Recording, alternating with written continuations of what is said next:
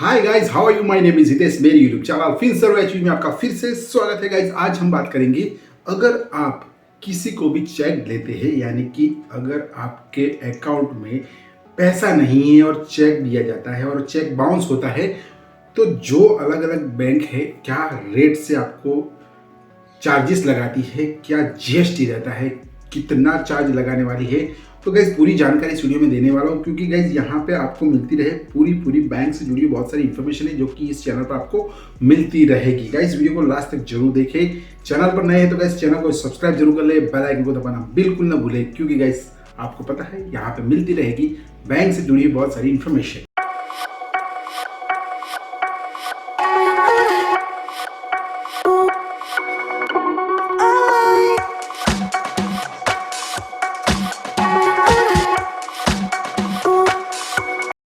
तो इस वीडियो की शुरुआत करेंगे। शुरुआत में बता दूं कि जिन लोगों ने चेक दिए हैं अपने अकाउंट में से और उनका जो चेक है अगर उनके बैलेंस में नहीं है, उनका बैलेंस नहीं है और उनका चेक जो ज़्यादा अमाउंट का है और बाउंस होता है, तो गाइज यहाँ पे बहुत सारे आपको पैसे पे करने होंगे एक बाउंस चेक पर। तो गाइज ये बात को जो ध्यान रखना है, पेनल्टी बहुत ज़्यादा होती है। तो पेनल्टी किस प्रकार लगाती है, कितनी पेनल्टी रहती है, तो गाइज क्या अभी हम बात कर लेते हैं पहले एसबीआई की, जो नेशनलाइज बैंक है। आज मैं 3 नेशनलाइज बैंक की ही बात करूंगा और एक, तो गाइज हम शुरू करते हैं कि जो एसबीआई है तो क्या रेट लगाती है, क्या चार्ज लगाती है अगर आपका चेक बाउंस हो जाता है। तो गाइज हम देख लेते हैं जिस प्रकार एसबीआई है, आपकी राशि अगर रिटर्न आपकी जो बैंक अकाउंट में जो मिनिमम राशि जो चेक की राशि है और वो नहीं है, तो यहाँ पे आपका जो बैंक है जो चेक है रिटर्न जाता है और रिटर्न जाने के रिटर्न ट्रांजेक्शन के वजह से यहाँ पे 500 रुपये प्लस जीएसटी आपको लगाया जाता है। तो ये आप देख लीजिए कि एक चेक अगर बाउंस जाता है तो आपको 500 रुपीज प्लस जीएसटी यहाँ पे आपको पे करना होगा। तो गाइस इस प्रकार अगर साल में 3 बार आपका चेक रिटर्न जाता है तो यहाँ पे 500 रुपये से चार्ज लगेगा। अगर 4th बार यानी कि चौथी बार जिस प्रकार चेक अगर बाउंस जाएगा तो यहाँ पे आपको 1000 हो जाएगा, यानी कि डबल हो जाएगा। 500 से बढ़कर 1000 रुपये यहाँ पे आपका चार्ज रह जाएगा। तो यहाँ पे और प्लस जीएसटी इसमें लगने वाला है।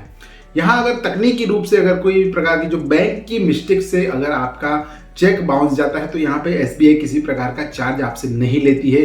तो वो बात को आपको ध्यान में रखना होगा। अगर तकनीकी रूप से अगर बैंक की किसी भी खराबी की वजह से आपका चेक बाउंस जाएगा तो कोई भी प्रकार का आपको चार्ज नहीं लगेगा। अब दूसरी बात, हम दूसरी बैंक की बात करते थे, देखो पंजाब नेशनल बैंक। तो पंजाब नेशनल बैंक हमें कितना चेक बाउंस पे चार्ज लेती है। अगर खाते में सही फंड नहीं है तो यहाँ पे आप देख सकते हैं कि 1 लाख रुपए तक के चेक के लिए 200 रुपये प्रति इंस्ट्रूमेंट, यानी कि आपका एक चेक बाउंस जाता है तो आपको 200 रुपये पे करने होते हैं। 1 लाख रुपए से लेकर 1 करोड़ रुपए तक का अगर आपका चेक है तो यहाँ पे 500 रुपये प्रति इंस्ट्रूमेंट इसका आपको पे करने होंगे।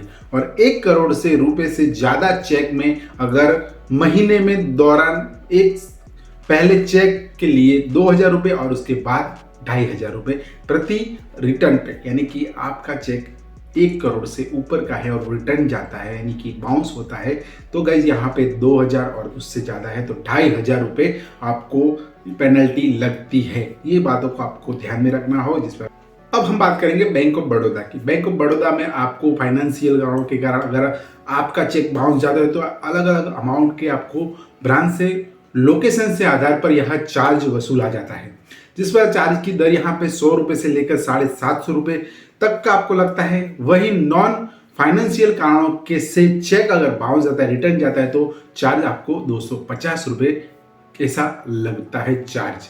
इसलिए आपको ध्यान में रखना होगा कि अगर आप किसी भी प्रकार से बैंक के साथ व्यवहार कर रहे हैं और कस्टमर को अगर आपके किसी भी लोग को अगर आप किसी भी व्यवहार के द्वारा चेक प्रोवाइड करवाते हैं तो आपको आपके अकाउंट में क्या बैलेंस है वो जान लेना जरूरी है। उसी आधार पर आपको उसकी अमाउंट तय करनी होगी और उसी आधार पर आप उनको चेक मुहैया करवाएंगे। क्योंकि गाइज यहाँ पे क्या होता है कि हम जिस प्रकार चेक तो दे देते हैं तुरंत लिख कर, लेकिन हमको आइडियाज नहीं रहता है कि क्या हमारे अकाउंट में कितना अभी पैसे पड़े हैं। और वही चेक अगर वो जो जिसको आपने प्रोवाइड किया है, जिसको आपने लिख के दिया है और वो अगर बैंक में भरता है और वो बाउंस जाता है तो क्या बहुत बड़े चार्ज आपको पे करने होंगे। तो और इस प्रकार अगर आप करते रहेंगे तो गाइज बहुत मुश्किल पड़ सकती है। इससे साथ क्या क्या होता है, तो इसके साथ आपका जो सिबिल स्कोर है वो भी बिगड़ता है।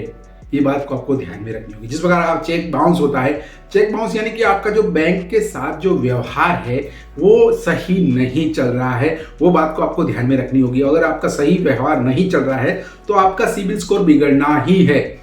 अगर आपको सिबिल स्कोर को सही रखना है तो आपको इन बातों को ध्यान में रखना होगा।